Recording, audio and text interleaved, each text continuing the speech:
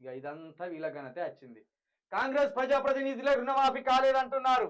ఇప్పుడు ఎవరు రాజీనామా చేయాలి, ఎవరు ఏటిలో దూకి చావాలి, ఎవరికి చీము నెత్తురు లేదో, ఎవరు అమరవీరుల స్తూపం దగ్గర ముక్కు నేలకు రాయాలో సీఎం రేవంత్ రెడ్డి చెప్పాలి. ఎక్స్ వేదికగా నిలదీసిన హరీష్ రావు. ఇక చూడు హరీష్ రావు మాటలకు మరి సీఎం రేవంత్ రెడ్డి ముఖం ఎక్కడ పెట్టుకుంటాడో అడుగు. ఏమంటాడు? ఎవరు ఇప్పుడు చెరువులో దూకి చావాలో నిర్ణయించుకోరు, ఎవరికి చీమునెత్తురు లేదో నిర్ణయించుకో. అంటే ఇప్పుడు చీమునెత్తురు కానీ ఏట్లో దూకి చావాల్సింది కానీ రేవంత్ రెడ్డి. రేవంత్ రెడ్డి వైఖరి ఎట్లుందంటనా, సూటిగా వీళ్ళు ప్రశ్నలు అడిగిన ప్రతిసారి టాపిక్ మార్చి ఇంకో టాపిక్ ని ముందుకు తీసుకొస్తున్నాడు రేవంత్ రెడ్డి. అదే గదాన్నే మరి లత్కోర్ రాయకేం అంటారు. లంగా రాయకేం లత్కోర్ రాయకేం అంటే గదే, ఒకటి అడిగితే ఒకటి ఏది సంబంధం ఉండదు. బోడిగుండుకు మోకాలకి ముడి పెడతాడు, ఉంటది అది ఊసిపోతుంది.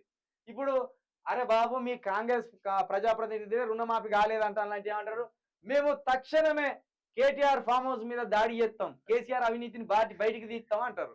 మేము అడిగేదేంటిది, నువ్వు చెప్పేదేంటిది అని మళ్ళీ మనమే పిచ్చాలిగా. మేము అది అడుగుతలేమండి. రైతు రుణమాఫీ కాలేదంటే మేము వచ్చే నెల రైతు భరోసా చేస్తాం కదా అంటారు. అరే రైతు రుణమాఫీ గురించి మాట్లాడరా నాయన, టాపిక్ ఇప్పుడు అదే అంటే లేదు లేదు రైతు భరోసా చేస్తాం మేము అని. ఇప్పుడు ఈ రైతు రుణమాఫీ మీద ఆందోళనలు వస్తున్నాయనే ఇప్పుడు రైతు భరోసాది పత్రిక ముందుకు తెచ్చిండు, వెలుగోడు ముందుకు తెచ్చిండు. కాబట్టి రేవంత్ రెడ్డి గారు గిన్ని మాటలు తిడతా అంటే హరీష్ రావు నువ్వు అనవసరంగా ఇది ఎట్టున్నదంటే తన్న పోయి తన్నించుకున్నట్టున్నది, తన పోయి ఎల్లెలబడి తన్నించుకున్నట్టున్నది. ఇప్పుడు నువ్వు అనవలసిన పని నువ్వు చేయలేదని నీకు తెలుసు. 31,000 కోట్ల రూపాయల రుణమాఫీ అన్నావు, 18,000 కోట్లే ఇచ్చినావు, ఇంకో 13 కోట్ల రూపాయలు ఎంత త్వరలో అంటే అయిపోయా. అన్ని చేసినాం మన సరికి ఏమంటాడు.